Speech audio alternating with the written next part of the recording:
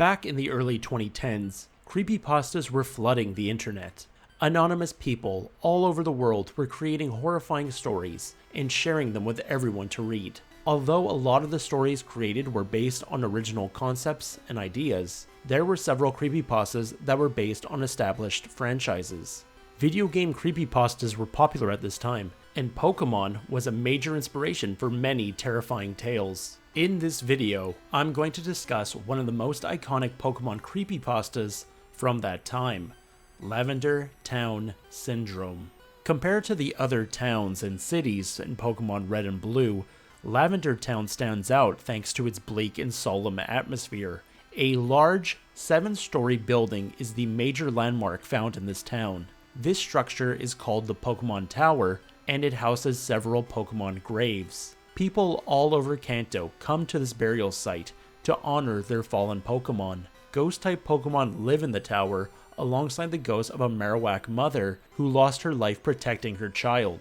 Lavender Town introduces death to the Pokemon series, which is quite jarring for the player. Up to that point, the game has a childish charm to it. You feel like the Pokemon universe is a wonderful place that is separated from our own world. However, Lavender Town shows us that the Pokemon world might be more similar to ours than we initially thought. The most terrifying aspect of Lavender Town has to be its theme. The music that plays throughout the town is unsettling. I can't believe Junichi Masuda was able to make such a horrifying song on the original Game Boy. The song makes you feel like you've entered a graveyard while spirits are watching you. With a depressing atmosphere and a creepy song, Lavender Town is the perfect subject for creepypastas.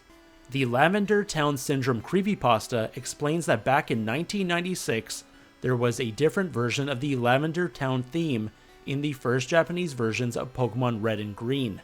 This version of the theme supposedly had extremely high frequencies that only children and young teens could hear. This song would cause children to get severe headaches or cause them to act irrationally. Several unlucky children developed illnesses after hearing the theme, and over 200 children would end their lives in gruesome ways. The story then explains that Game Freak changed Lavender Town's theme before the international release of Pokemon Red and Blue after they heard about the incidents.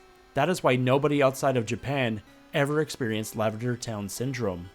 The creepypasta definitely draws inspiration from the infamous Porygon episode from the Pokemon anime.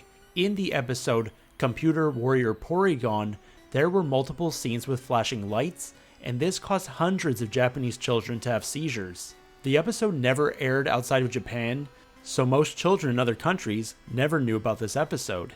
It was only after the internet became more accessible that everyone started to become aware of the Porygon episode. Lavender Town Syndrome has the same premise.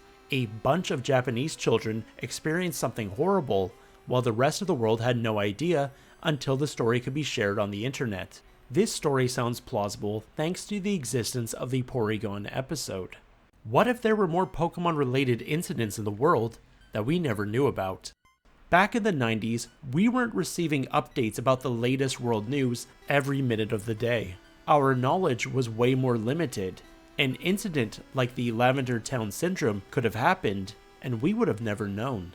The way the story uses Lavender Town as the trigger for the children's suffering just makes Lavender Town feel even more spooky. Most of us who have played Pokemon Red and Blue remember how uncomfortable Lavender Town is. So the story is taking advantage of our childhood fear. Lavender Town Syndrome amplifies those negative feelings we felt as kids and creates something horrific. What other video game creepypastas should I revisit in the future? Let me know in the comments below. Thanks for watching, and take care.